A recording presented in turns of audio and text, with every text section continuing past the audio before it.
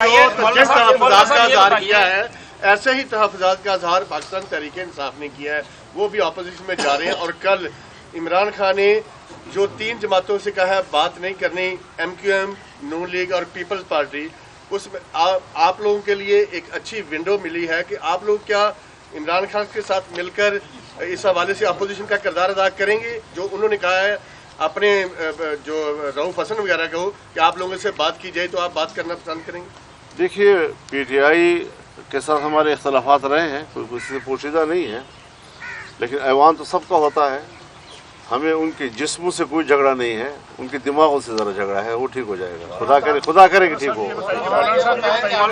بہت ساری نازلی ہوئی بہت سارے حلقوں میں، اور آپ نے پاکستان کا بھی حوالہ دیا، اور الیکشن کمیشن آپ کے اپلیکیشنز کو انٹرٹین نہیں کر رہا، تو کچھ 1-2 حلقے بتائیں گے کہ کیا ان میں دھاندلی ہوئی اور یہ کیا ہے، کیونکہ یہاں لوگوں کو تو نہیں پتا اس چیز کا۔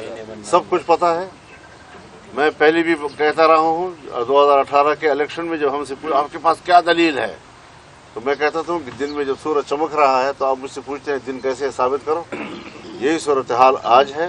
حضرت مسلم لیگ کا وہ امیدوار جو محمود خان اچکزئی کے مقابلے میں دستبردار ہو چکا تھا، اور وہ دستبرداری کی حالت میں گھر میں سویا ہوا تھا، اس کو کہا آپ